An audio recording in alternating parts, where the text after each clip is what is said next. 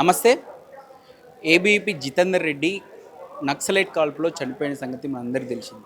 వాళ్ళ బ్రదర్ మనతో పాటు ఉన్నారు. ఆ రోజు జరిగినటువంటి సంఘటన ఏంది, అసలు ఎందుకు చంపారు, ఆ విషయాలు తెలుసుకునే ప్రయత్నం చేద్దాం. నమస్తే అన్న. నమస్తే. జితేందర్ రెడ్డి గారిని మీ అన్న అవుతారు. అన్నా మా అన్నాన్ని ఎందుకని చంపడం జరిగింది అప్పుడు నక్సలైట్లో? నక్సలైట్లు చంపడానికి అంటే ఒక జితేందర్ రెడ్డి అని కాదు, మొత్తం తెలంగాణలో ఏబీపీ నుండి 50 మంది పైన చంపేశారు.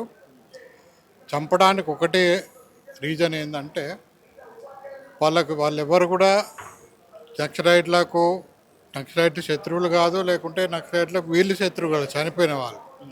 కేవలం ఏంటంటే సిద్ధాంతపరమైనటువంటి వైరుధ్యం వల్లనే, కేవలం హింస ద్వారా, తుపాకీ గొట్టం ద్వారా రాజ్యాధికారం చేపట్టాలనే ఒక ఆలోచనతో, జాతీయ భావ సిద్ధాంతాలతో ఆ రోజు కళాశాలలలో ప్రభావవంతంగా ఉన్నటువంటి ఏబీపీ వాళ్ళందరినీ కూడా ఒక్కొక్కరిని ప్రముఖ నాయకులందరూ కూడా మట్టి పెడుతూ వచ్చారు.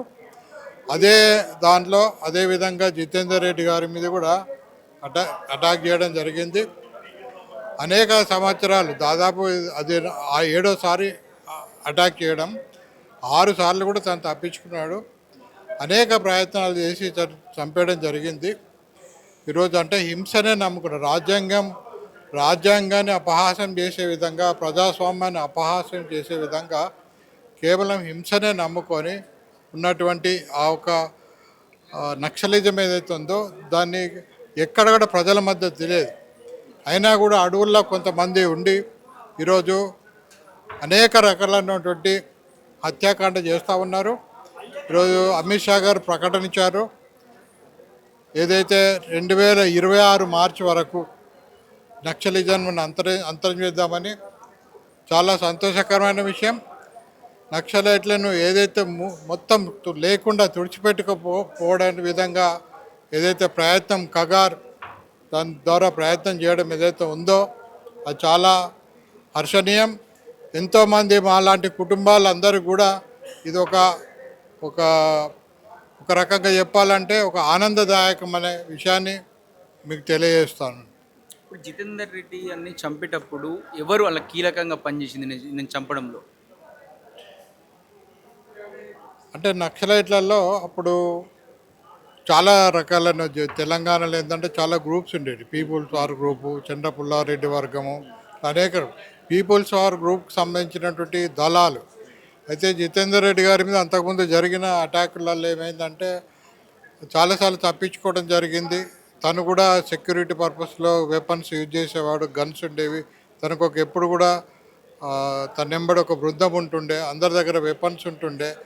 తనని చంపడానికి ఇబ్బంది అంటే అవుతుందనే విషయం గ్రహించి వాళ్ళు ఏం చేశారంటే, చాలా దళాలు, మామూలుగా ఏదో ఒక దళం అటాక్ చేస్తుంది, కాకపోతే చాలా దళాల నుండి సెలెక్టెడ్గా షూటర్స్ని సెలెక్ట్ చేసుకొని ఒక టీం తయారు చేసి జితేందర్ రెడ్డి గారి మీదకి పంపించడం జరిగింది.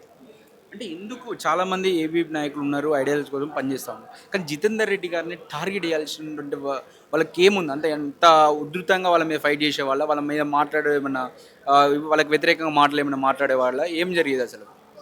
నక్సలైట్ల సిద్ధాంతానికి ఎప్పుడు కూడా వ్యతిరేకంగా మాట్లాడడం అనేది అందరు మాట్లాడేవాళ్ళు. అంటే అదేంటంటే ఐడియాలజీ పరమైన, సిద్ధాంత పరమైన ఏదైనా కూడా వ్యతిరేకత ఉంటే వ్యతిరేకతను ప్రకటిస్తాం. మాకు అంటే జాతీయవాద సిద్ధాంతం ఉన్న ఏబీవీపీ వాళ్ళందరూ కూడా నక్సలైట్ సిద్ధాంతాన్ని, తుపాకీ కొట్టంతో రాజ్యాధికారం వస్తుందనే విషయాన్ని మేమందరం కూడా విమర్శిస్తాం.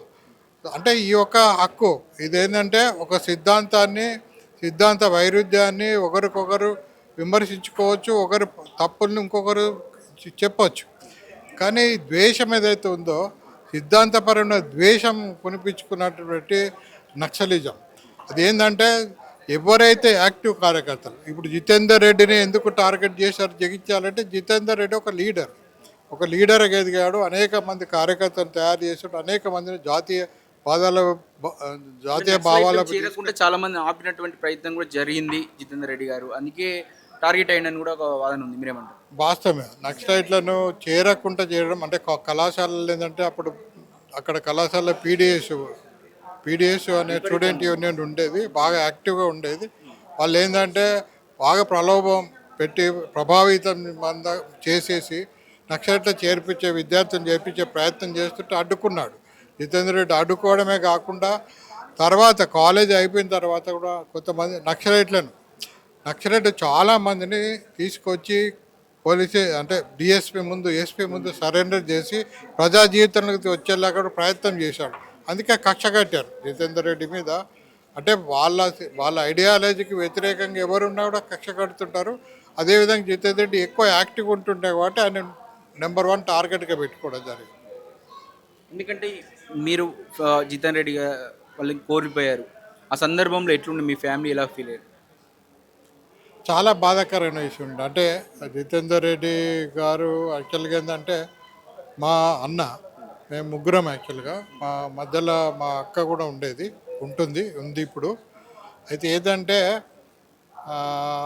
నాన్నగారేమో పూర్తిగా ఆర్ఎస్ఎస్కు సంబంధించి సంఘం యొక్క పూర్తి కార్యక్రమాల్లో ఉండేవారు. ఆ టైంలో ప్రాంత కార్యవాహగా పనిచేస్తుండేవారు. ఆ టైంలో జరిగినటువంటి సంఘటన అంటే ఒక రకంగా చెప్పాలంటే అక్కడ ఉన్నటువంటి అటువంటి వాతావరణం తీసుకురావడానికి, అక్కడ ఉన్నటువంటి జాతీయవాదం ఏర్పడడానికి మా నాన్నగారు మల్లారెడ్డి గారు ఎక్కువ ప్రయత్నం చేశారు. వారి శిష్యులుగానే. అంటే ఏమైందంటే అంతకంటే ముందు జితేందర్ రెడ్డి గారి కంటే ముందు రామన్న గోపాల్ అనే ఒక హత్య జరిగింది అక్కడే. వాళ్ళు కూడా ఒకరు భారతీయ కిసాన్ సంఘ్, తర్వాత ఇంకొకరేమో అంటే ఆర్ఎస్ఎస్కి సంబంధించినటువంటి వివిధ క్షేత్రాలకు సంబంధించినవి. భారతీయ కిసాన్ సంఘ్లో ఒకరు, ఆర్ఎస్ఎస్లో ఒకరు. వాళ్ళిద్దరిని కూడా నక్సలైట్ చంపేశారు. ఆ చంపిన తర్వాత జితేందర్ రెడ్డి అగ్రెసివ్గా పోరాటం చేశాడు. అయితే ఏంటంటే పూర్తిగా అంటే అమ్మ మెయిన్గా ఏంటంటే అమ్మకు బాగా అటాచ్మెంట్ ఉంటుంది అన్నయ్యతో. ఆమె అటాచ్మెంట్ అంటే ఒక తల్లి అంటే అంత క్షోభ పడడాన్ని అంటే ఇటువంటి ఎంతోమంది తల్లులు, అంటే నేను మా తల్లి గురించి చెప్పడం కాదు, ఎంతోమంది తల్లులు ఎంతో క్షోభపడి ఉంటారు. ఒకప్పుడు ఎన్ని కుటుంబాలు హత్య చేసారు కదా, వాళ్ళందరూ కూడా వాళ్ళ కుటుంబాలు వాళ్ళ తల్లులు ఎంతో క్షోభను అనుభవించి ఉంటారు. కానీ ఇవేవి కూడా ఇక్కడ ఉన్నటువంటి అర్బన్ నక్సలిజం, నక్సలైట్లు అని అంటుంటారు, మేధావులు అంటుంటారు. ఇది పౌర హక్కుల సంఘం అని, వీరస్వామి అని, అట్లా వరవర్రావు కావచ్చు, బాలగోపాల్ కావచ్చు, లేకుంటే అరుంధతి రాయ్ లాంటి వాళ్ళు, వీళ్ళందరూ కూడా ఏంటంటే ఇవన్నీ కూడా అంటే వీళ్ళ ఫ్యామిలీస్కు వీళ్ళకి జరిగిన ఈ బాధల్ని వాళ్ళందరూ కూడా అవన్నీ కూడా వాళ్ళకి పట్టింపు లేవు.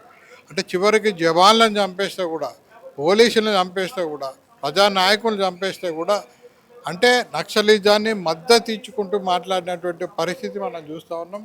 అంటే నక్సలిజం ఏదైతే అడవుల్లో ఉన్న నక్సలిజం ఈరోజు అంతం అయ్యేలా కనబడతా ఉంది మనకు. కానీ ఏదైతే ఇక్కడ ఉన్నటువంటి భావజాలం ఉందో దాన్ని రెచ్చగొడుతున్నటువంటి అనేక మంది మేధావులు ఇక్కడ ఉన్నారో వాళ్ళ భావజాలాన్ని వ్యాప్తి చేయకుండా అడ్డుకేయాల్సినటువంటి అవసరం ఎంతన్నా ఉంది. లేకుంటే దేశంకి చాలా నష్టం జరుగుతూ ఉంది. ఇప్పుడు మీరు ఒక పెద్ద దిక్కును కోల్పోయారు. ఇప్పుడు ఆయన ఈ స్థాయిలో ఇక్కడ ఉంటే ఒక మంచి నాయకునిగానో సమాజానికి సర్వీస్ అందిస్తూ ఉండే అలాంటి నాయకుని కోల్పోయారు. మీరు ఏం చెప్తారు ఈ తరం యువతకు? మీరు చాలా పెద్ద నాయకుడు. అంటే జితేందర్ రెడ్డి గారి దాదాపు 45 మంది నాయకులను ఏబీవీపీ పోగొట్టుకుంది. అంటే తను జగిత్యాల 1983లో జరిగినటువంటి ఒక ఏబీవీపీ మహాసభలు, అప్పుడు బీజేపీఎం మహాసభలు వరంగల్లో జరిగినాయి. దానికి తను ఆ టైంలో 43 బస్సులను తీసుకొని వెళ్ళడం జరిగింది. అంటే మొత్తము ఏపీ అండ్ తెలంగాణ అప్పుడు కలిసి ఉండేది. మొత్తం రాష్ట్రంలో హయ్యెస్ట్ మొబిలైజేషన్ జితేందర్ రెడ్డి గారు చేశారు. వాజ్పేయి గారు స్టేజ్ మీదకి వెళ్ళి అభినందించినారు. అంత పెద్ద స్థాయి లీడర్ అది. అటువంటి లీడర్ను మనం పోగొట్టుకున్నాం. ఇక ముందు ఇటువంటి పరిస్థితి రాకూడదు. ఇప్పుడు నక్సలిజం తగ్గిపోయి ఉండొచ్చు, కానీ ఏదైతే ప్రజల్లో మాత్రం ఆ భావన, నక్సలైజ్ భావజాలాన్ని వ్యాపించకుండా చూడాల్సిన బాధ్యత ఇప్పుడు ముఖ్యంగా విద్యార్థి దశలో అది సాధ్యం. కాబట్టి ఏబీవీ వాళ్ళకు నేను చెప్పదలుచుకున్నది ఏంటంటే కళాశాలల్లో జాతీయ భావన దేశభక్తిని నింపడానికి మీరందరూ కూడా ప్రయత్నం చేయాలని నేను కోరుతున్నాను. అంటే మెయిన్గా నక్సలైట్లకు ఆకర్షితం అవుతుంది యువకులే. అక్కడ ఉన్నటువంటి ఓయూ కావచ్చు, లేకపోతే కేయూ కావచ్చు, లేకపోతే కే యూనివర్సిటీ అయినా ఇవే అక్కడి నుంచే వాళ్ళు అందులోకి వెళ్తూ ఉన్నారు. మీరు ఏమంటారు? అంటే యువత జనరల్గా తొందరగా ప్రభావం ఉంటుంది యువత మీద. ఆ, అది జాతీయ భావం వైపు వెళ్ళాలన్నా అంటే నక్సలిజము ఈ ప్రభావం ఎట్లా ఉంటుందంటే ఆ తుపాకీ అనే ఒక ఆకర్షణ ఉండొచ్చు, అగ్రెసివ్నెస్ ఉండొచ్చు. ఆ తర్వాత గద్దర్ లాంటి అనేక మంది జననాటక మండలని వాళ్ళకు ఉంటుంది. అనేక మంది కళాకారులు ఉంటారు. డ్యాన్సులు, అగ్రెసివ్, ఆ పాటలు, ఆ ఉత్సాహము, రెచ్చగొట్టే విధానంతో చాలామంది యువత తొందరగా ఆకర్షించబడతారు. ఆ విధంగా అంతకుముందు మీకు కాకతీయ యూనివర్సిటీలో ఈ ప్రభావం ఎక్కువ ఉండేది. అక్కడ నుండి చాలామంది అండర్ గ్రౌండ్ నక్సలైట్లకు వెళ్ళిపోయారు. అటువంటి ఆ యువత ఆ ప్రభావం ఉంటుంది. అందుకే నేను ఏబీవీపీ వాళ్ళకు ఇది పాత్ర చేయాల్సిందంటే ఏబీవీపీ వాళ్ళే వాళ్ళే దీన్ని పరిష్కరించాలి. ఎందుకంటే వాళ్ళైతేనే స్టూడెంట్స్ని ఆ వైపు ఆకర్షిత కాకుండా ఆపగలిగే కెపాసిటీ వాళ్ళకి ఉంటే, చేయగలిగే సత్తా వాళ్ళకే ఉంది. కాబట్టి నేను వాళ్ళే ఈ టైంలో సరిగ్గా, ఎందుకంటే ఇప్పుడు అమిత్ షా గారు ఏదైతే నక్సలైట్లను అండర్ గ్రౌండ్ నక్సలైట్ లేకుండా చేస్తూ ఉన్నారో, ఇప్పుడు అర్బన్ నక్సలైట్లను నిర్మూలించాలంటే ఏబీపీ నుండే సాధ్యమవుతుందని నేను భావిస్తూ ఉన్నాను.